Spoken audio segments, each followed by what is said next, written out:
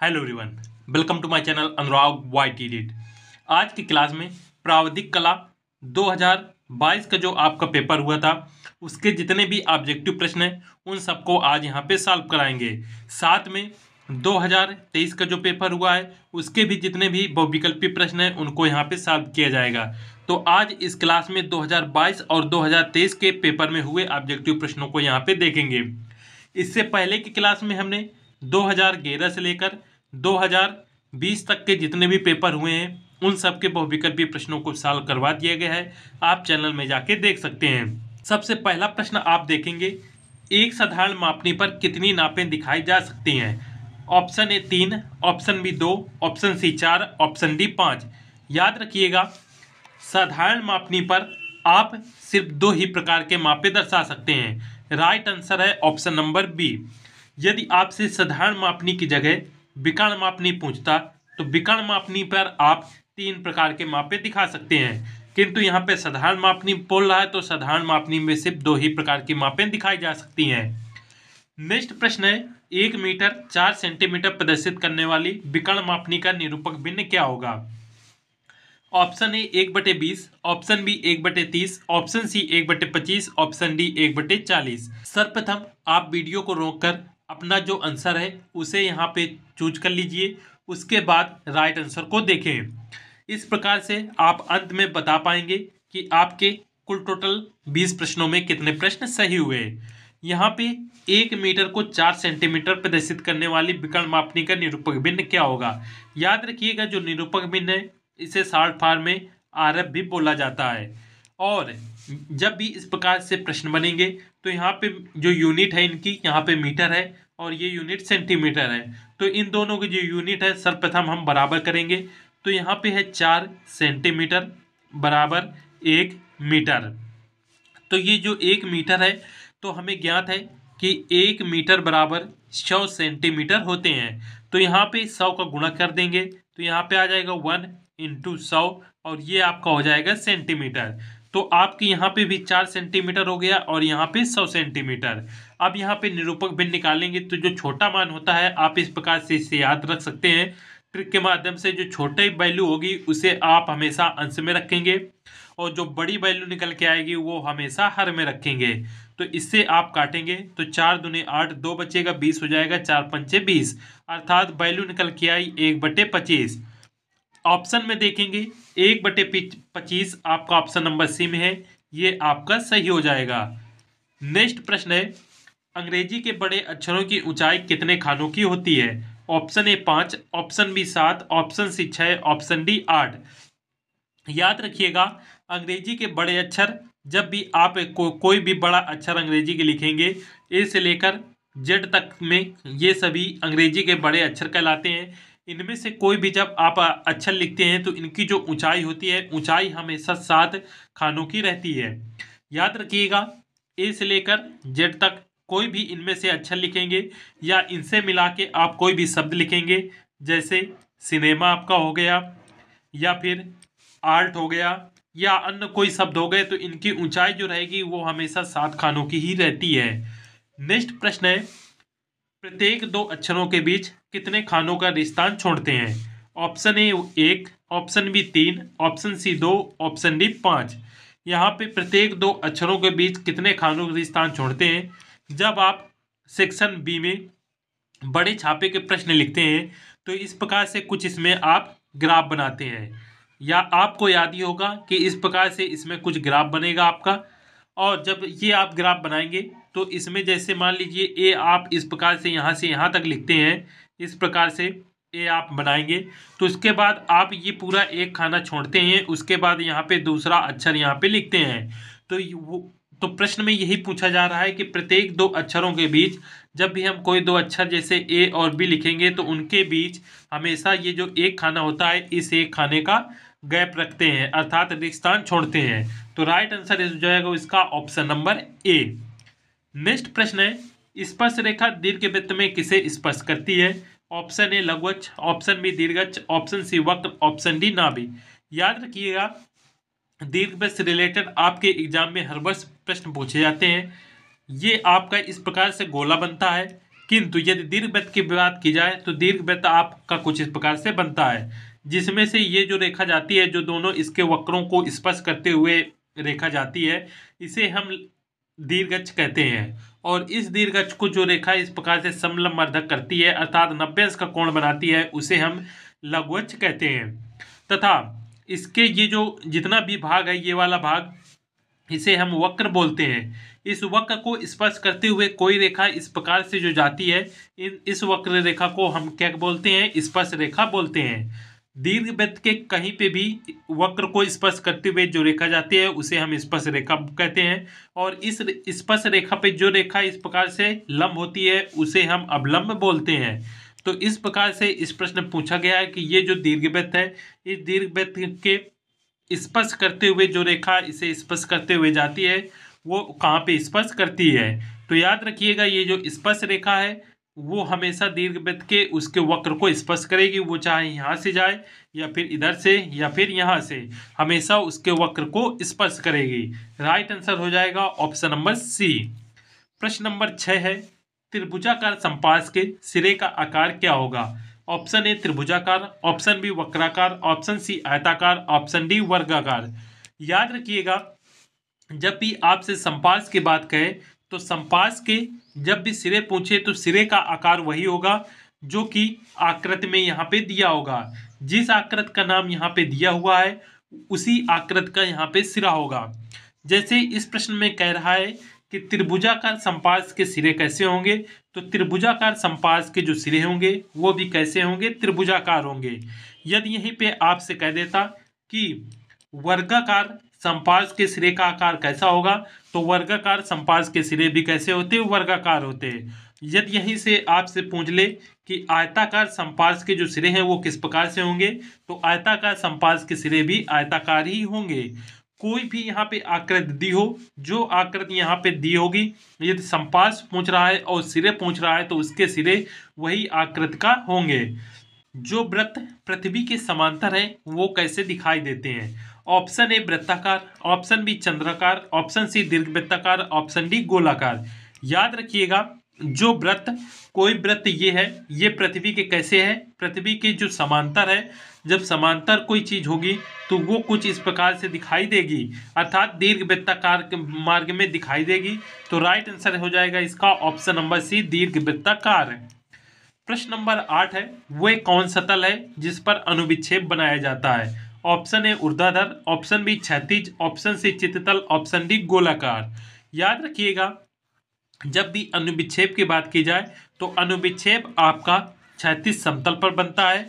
और यदि उच्छेद आपसे पूछे कि उच्छेद या उच्छेद कहाँ पे बनेगा, तो उच्छेद हमेशा ऊर्ध्वाधर समतल पे बनता है। प्रश्न नंबर 9 है, खटभुजाकार संपार्श्व में कुल कितने आयताकार फलक होते हैं? Option A 8, option B 5, option C 6, option D 4। यहाँ पे आपसे फिर संपार्श्व में कुल कितने आयताकार फलक होंगे, तो आयताकार फलक जब भी पूछे तो जो आकृति यहाँ पे दी जाती है, यहाँ पे जो आकृति दी होगी उसमें उतने ही आयताकार फलक होंगे। यहाँ पे खटभुजाकार का अर्थ है जिसकी 6 भुजाएं हों। 6 भुजाएं का अर्थ है कि उसके आयताकार फलक भी कितने होंगे? 6 होंगे। तो राइट आंसर हो जाएगा ऑप्शन नंबर सी। और 2022 के परीक्षा में पूछा गया ये अंतिम प्रश्न है। प्रश्न नंबर 10 है, यदि लकड़ी के बड़े छापे एल का अक्षर की ऊंचाई 7 सेंटीमीटर, चौड़ाई 4 सेंटीमीटर है, तो लकड़ी के डंडों की काट क्या होगी? यहाँ पे कोई एक बड़े छापे का अक्षर दिया हुआ है एल। ऑप्शन ए 1 वर्ग मीटर, ऑप्शन बी 2 वर्ग सेंटीमीटर, ऑप्शन सी 1 वर्ग सेंटीमीटर, ऑप्शन डी 1 सेंटीमीटर।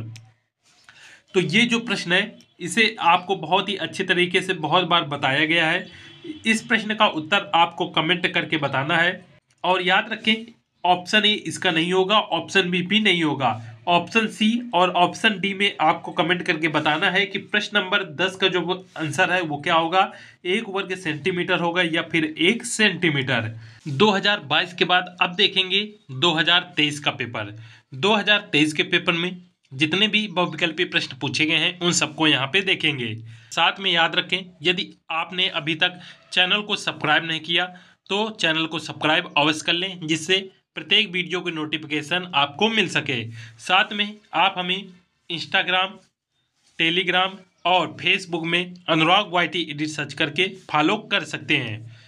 2023 के परीक्षा में पूछा गया पहला प्रश्न है, एक तिरछे अक्षरों की चारों रेखाओं के बीच कितना अनुपात रखना उपयुक्त है। Option A 1:1:1, option B 2:3:2, option C 2:4:2, option D 1:3:1। तिरछे अक्षर इस प्रकार से जब आप सेक्शन बी में 2 का खा करेंगे तिरछे अक्षरों से संबंधित, तो उसमें चारों रेखाओं के बीच जब आप यहाँ पे ये चारों रेखाएं जब आप इस प्रकार से खींचते हैं तो इनके बीच कितना अनुपात रखना उपयुक्त होगा। तो याद रखिएगा इनका अनुपात आपको 2:3:2 का रखा जाता है। एक बार इसे आप देख सकते हैं कि जब भी तिरछे अक्षरों से संबंधित आपको ग्राफ बनाना है तो सर्वप्रथम एक ये सीधी रेखा खींचेंगे। इसके बाद यहाँ पे आपको एक 90 अंश का यहाँ पे कोण बनाना होता है। इसके बाद यहाँ पे जितनी भी ऊंचाई दी हुई है 1 सेंटीमीटर या 10 मिलीमीटर उसका एक चाप लगाएंगे इस प्रकार से। इसके बाद आपको याद रखना है ये जो ग्राफ यहाँ पे बनता है ये ग्राफ आप नीचे की ओर भी बना सकते हैं और ऊपर की ओर बना सकते हैं, इसमें कोई भी दिक्कत नहीं होती है। जैसे यदि ये ग्राफ आपको ऊपर की ओर बनाना है तो ऊपर की ओर बनाने के लिए इस पॉइंट से आपको एक 30 सेंटीमीटर या 45 सेंटीमीटर की एक रेखा खींचेंगे और इसी रेखा में आपको 7 बराबर चाप इस प्रकार से लगाने होते हैं। और यदि आप नीचे की ओर ग्राफ बनाना चाहते हैं तो ये जो ऊंचाई आपके प्रश्न में 1 सेंटीमीटर या 10 मिलीमीटर दी होगी उसका चाप लगाने के बाद इस चाप से आपको नीचे की ओर 30 सेंटीमीटर या 45 सेंटीमीटर का एक कोण बनाएंगे और इसमें भी आप इस प्रकार से 7 चाप लगाएंगे और ये जो 7वां चाप रहता है इस 7वें चाप को आप यहाँ पे मिलाएंगे और उसके बाद ये जो अगले चाप हैं इनको आप इस प्रकार से समांतर रेखाओं के माध्यम से मिलाएंगे और इसे आगे बढ़ा देंगे और इन सबको भी आगे इस प्रकार से बढ़ा देंगे और अंत में इन्हें मिला दिया जाता है तो इस प्रकार से आपका ग्राफ बन जाता है। तो इस प्रश्न में ये जो आपका भाग है ये इन चारों रेखाओं के बीच कितना अनुपात रखते हैं तो यही प्रश्न पूछा गया था, तो इसमें 2:3:2 रखा जाता है। प्रश्न नंबर 2 है, एक 4 सेंटीमीटर इंटू 3 सेंटीमीटर के आयत का विकर्ण 200 मीटर को प्रदर्शित करता है, इसका निरूपक भिन्न क्या होगा। ये प्रश्न बहुत ही अच्छा था जो 2023 के परीक्षा में पूछा गया था। इसमें यहाँ पे 4 सेंटीमीटर इंटू 3 सेंटीमीटर का आयत का विकर्ण जो है वो यहाँ पे 2 सेंटीमीटर दिया हुआ है। तो सबसे पहले इस प्रकार से जब भी प्रश्न आएंगे तो यहाँ पे ये जो वैल्यू दी होती है इसका हम विकर्ण निकालते हैं। मान लीजिए ये कोई हमारा आयत इस प्रकार से बनेगा, इसका विकर्ण ये है तो इसमें 4 सेंटीमीटर इंटू 3 सेंटीमीटर दिया हुआ है। तो यदि ये हम 4 मानते हैं तो ये हो जाएगा 3। तो इसका सबसे पहले विकर्ण हम निकालेंगे। विकर्ण इसलिए निकालेंगे क्योंकि यहाँ पे विकर्ण का मान ही 2 सेंटीमीटर को प्रदर्शित करते हुए बताया गया है। तो जिस चीज़ का मान यहाँ पे प्रदर्शित किया जाता है उसकी ही वैल्यू निकाली जाती है। तो यहाँ पे विकर्ण दिया हुआ है तो इस विकर्ण का मान निकालेंगे। तो आयत का विकर्ण जब निकालते हैं तो विकर्ण निकालने के लिए फार्मूला होता है कि विकर्ण या कर्ण स्क्वायर बराबर लंबाई का स्क्वायर प्लस चौड़ाई या फिर ऊंचाई का स्क्वायर।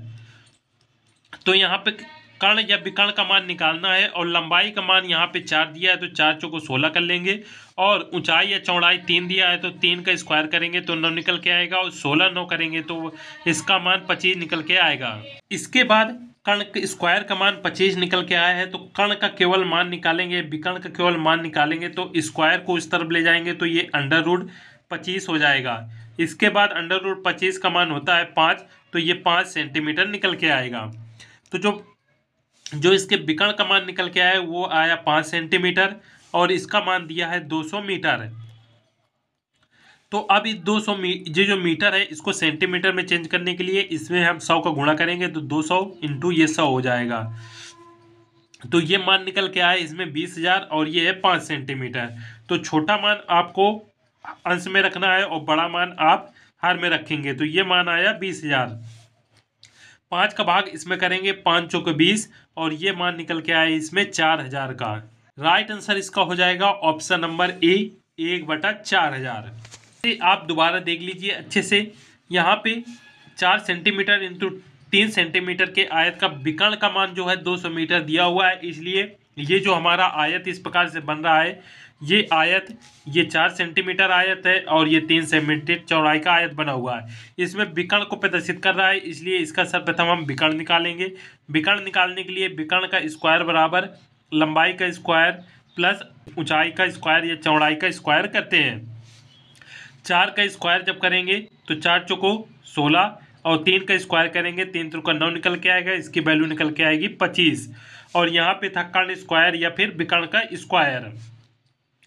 ये जब स्क्वायर इस तरफ जाएगा तो यहाँ पे लग जाएगा अंडर रूट और इसकी वैल्यू निकल के आएगी 5। और यही जो 5 था आपका 5 सेंटीमीटर, ये यहाँ पे जो 200 मीटर को यहाँ पे प्रदर्शित करता है। तो 200 और इस मीटर को चेंज करेंगे तो इसमें 100 का गुणा करेंगे। 5 से जब इसे काटेंगे तो 5 चौको 20 और 3 जीरो ये बचे तो 3 जीरो ये लगा देंगे तो उत्तर निकल के आए 1/4000। राइट आंसर आपका ऑप्शन नंबर आ हो जाएगा। प्रश्न नंबर 3 है, निम्नलिखित में से किस ठोस में वर्गाकार फलक होते हैं? ऑप्शन ए सूची स्तंभ, ऑप्शन बी शंकु, ऑप्शन सा घन, ऑप्शन द संपाद। यहाँ पे वर्गाकार फलक पूछा गया है तो याद रखिएगा जो वर्गाकार फलक है वो घन में होते हैं और घन का चित्र कुछ इस प्रकार से बनता है, जिसमें इसके प्रत्येक फलक देखेंगे तो एक ये वर्ग के आकार का इस प्रकार से नजर आएगा। कोई भी आप इसके फिगर देख सकते हैं, एक वर्ग के भाग के ही नजर आते हैं। और याद रखिएगा ये संपास के पूछे, संपास के फलक आपके आयताकार होंगे और सूची स्तंभ के जो फलक होंगे वो त्रिभुजाकार होंगे और शंकु का फलक ऊपरी त्रिभुजाकार होगा और निचली सिरा दीर्घवृत्ताकार रहता है। प्रश्न नंबर 4 है, एक साधारण ईंट का सम्मुख दृश्य क्या होगा? यहाँ पे ईंट आप देख सकते हैं कुछ इस प्रकार से बनेगा। इसी का सम्मुख दृश्य या सामने का भाग पूछ रहा है किस प्रकार से बनेगा। तो इसमें आप देखेंगे तो ये इसका सामने का या ऊपरी भाग आप देख सकते हैं या यहाँ से कहीं से भी देखेंगे ये एक आयत की भांति दिखेगा। तो राइट आंसर इसका हो जाएगा आयत, ये बनेगा। साधारण ईंट का जो सम्मुख दृश्य है वो कैसा होगा? आयताकार होगा। प्रश्न नंबर 5 है, एक समान ऊंचाई की लंब रेखाएं जितनी दूर होती जाएंगी कैसी प्रतीत होंगी? ऑप्शन आ छोटी, ऑप्शन बा बड़ी, ऑप्शन सा ऊंची, ऑप्शन दा नीची। याद रखिएगा इसमें समान कोई भी समान ऊंचाई की इस प्रकार से 2 लंब रेखाएं हैं। इसके बाद कह रहा है ये जो दोनों लंब रेखाएं हैं ये जितनी दूर होती जाएंगी। मान लीजिए एक लंब रेखा यहीं पे स्थित है और दूसरी लंब रेखा यहाँ पे हो गई, तो जब आप इन्हें देखेंगे तो ये लंब रेखाएं एक दूसरे से कैसे छोटी प्रतीत होंगी। आप उदाहरण के माध्यम से समझ सकते हैं। जब आप किसी पेड़ के पास, ये मान लीजिए कोई पेड़ है, आप यहाँ पे खड़े हैं तो ये पेड़ आपको कैसा दिखाई देगा? बड़ा दिखाई देगा। किंतु कुछ समय बाद आप यहाँ से हटकर आप यहाँ पे आ जाएंगे तो आपको यही पेड़ कैसा दिखाई देने लगेगा? छोटा दिखाई देने लगेगा। जबकि वास्तविक रूप से वो अपने ही आकार में है किंतु आपको ऐसा लगेगा जैसे पेड़ का आकार छोटा होता जा रहा है। तो वही इस प्रश्न में कह रहा है कि समान ऊंचाई की लंब रेखाएं जितनी दूर होती जाएंगी वो कैसी प्रतीत होंगी? छोटी। राइट आंसर हो जाएगा ऑप्शन नंबर आ। प्रश्न नंबर 6 है, दीर्घवृत्त की नाभियों को सदा लिखते हैं। ऑप्शन आ S1 S2 से, ऑप्शन बा Y1 Y2 से, ऑप्शन सा N1 N2 से, ऑप्शन दा K1 K2 से। जो दीर्घवृत्त की नाभियां हैं उन्हें हमेशा N1 N2 से या फिर हिंदी में बोले तो नावन और नाटू से लिखा जाता है। नंबर 7 है, निरूपक भिन्न का अंश और हर किस इकाई में कर लेना चाहिए? ऑप्शन है समान, ऑप्शन बा विषम, ऑप्शन सा अनुसार, ऑप्शन दा वही रहने दें। जब भी निरूपक भिन्न की बात की जाए तो निरूपक भिन्न का जो अंश है और हर हमेशा समान कर लेना चाहिए। जब भी आप निरूपक भिन्न निकालते हैं तो यदि इधर 5 सेंटीमीटर है और इधर 10 मीटर दिया हुआ है तो इस मीटर को भी आप सेंटीमीटर में चेंज करके 10 × 100 का गुणा करके सेंटीमीटर इस प्रकार से करते हैं। तो इसके जो अंश और हर जो होते हैं वो किस इकाई में करते हैं? आप समान इकाई में करते हैं। वही इस प्रश्न में पूछा जा रहा है कि निरूपक भिन्न का अंश और हर किस इकाई में करते हैं? तो अंश और हर हमेशा एक इकाई में करते हैं, यहाँ पे सेंटीमीटर और यहाँ पे सेंटीमीटर, अर्थात दोनों की इकाइयां हम समान करते हैं। प्रश्न नंबर 8 है, किसी समपंचभुज का अंतःकोण होता है? ऑप्शन ए 72 अंश, ऑप्शन बा 60 अंश, ऑप्शन सा 120 अंश, ऑप्शन दा 108 अंश। याद रखिएगा जब भी अंतःकोण या फिर बाकोण की बात की जाए, आपसे एग्जाम में अंतःकोण या बाकोण दोनों में से कोई भी पूछा जा सकता है। बाकोण निकालने का सूत्र होता है 360/n, जहां पे n भुजाओं की संख्या होती है। जैसे यहाँ पे जैसे समपंचभुज कह रहा है, समपंचभुज का अर्थ है जिसमें 5 भुजाएं हों। तो n की वैल्यू यहाँ पे हम क्या रखेंगे, 5 रखेंगे। तो ये हो जाएगा 360/5। 5 का भाग इसमें देंगे तो 5 7 35, आपका 1 बचेगा, 10 हो जाएगा, 5 दूनी 10, 72 अंश ये निकल के आएगा। अर्थात समपंचभुज का जो बाह्य कोण है, बाह्य कोण जो एक कोण का मान बाह्य कोण का निकलेगा वो 72 अंश निकल के आएगा। किंतु इसमें आपसे अंतःकोण पूछा जा रहा है, तो अंतःकोण के लिए जो भी बाह्य कोण निकल के आता है 180 अंश में वो घटा देते हैं। 180 अंश में बाह्य कोण को घटा देंगे तो आपका अंतःकोण निकल आएगा। तो 180 में 72 अंश घटाएंगे तो आपको 108 अंश मिल जाएगा। तो राइट आंसर इसका हो जाएगा ऑप्शन नंबर द। इसी प्रकार से यदि इसमें समपंचभुज की जगह त्रिभुज कह देता, तो त्रिभुज का जो अंतःकोण, यदि आपसे त्रिभुज का बाह्य कोण पहले पूछे तो बाह्य कोण के लिए 360/n करेंगे। n की वैल्यू यहाँ पे त्रिभुज कह रहा है, अर्थात 3 भुजाएं हो तो 3 का भाग करेंगे तो 3 एकम 3, 3 दूना 6 और 0। त्रिभुज का जो बाह्य कोण होगा वो 180 से निकल के आएगा। और अंतःकोण निकालने के लिए इसमें 180 में से 120 घटा देंगे तो वैल्यू निकल के आएगी 60। ये आपका 60 अंश अंतःकोण निकल के आया और बाह्य कोण 120 अंश। इसी प्रकार से कोई भी यहाँ पे आपसे आकृति दे जाए और अंतःकोण बाह्य कोण पूछा जाए तो आप आसानी से बता सकते हैं। प्रश्न नंबर 9 है, डायगोनल शब्द की रचना करने हेतु कुल खानों का अनुपात क्या है। Option A 30:7, option B 38:7, option C 42:7, option D 35:7। यहाँ पे डायगोनल दिया है तो इसमें डी 4 खानों में बनेगा, आई 1 खाने में, ए 4 खाने में, जी 4 खाने में, ओ 4 खाने में, एन 4 खाने में, ए 4 खाने में, एल 4 खाने में। इस प्रकार से कुल 4 4 8, 4 12, 4 16, 4 20, 4 24, 4 28, 1 29, 29 खाने ये हो गए। प्लस प्रत्येक दो अक्षरों के बीच एक खाने के रिक्त स्थान छोड़ते हैं तो डी और आई के मध्य एक खाना, आई और ए के मध्य एक खाना, आई जी के मध्य एक, जी और ओ के मध्य एक, ओ और एन के मध्य एक, एन और ए के मध्य एक, ए और एल के मध्य एक। इसमें 2 4 6 7 खाने और छोड़े जाएंगे, प्लस 7 इसमें और ऐड करेंगे तो 7 7 9 और 7 ये हो जाएंगे 16, 2 1 3 36। इसमें देखेंगे 36 ऑप्शन में किसी भी नहीं है। तो इस प्रश्न में जो इसके आगे का एक खाना छोड़ते हैं और पीछे का एक खाना छोड़ते हैं वो भी जोड़ा गया है। तो 36 के बाद 2 खाने और जोड़े जाएंगे तो 36 और 2 हो जाएंगे 38।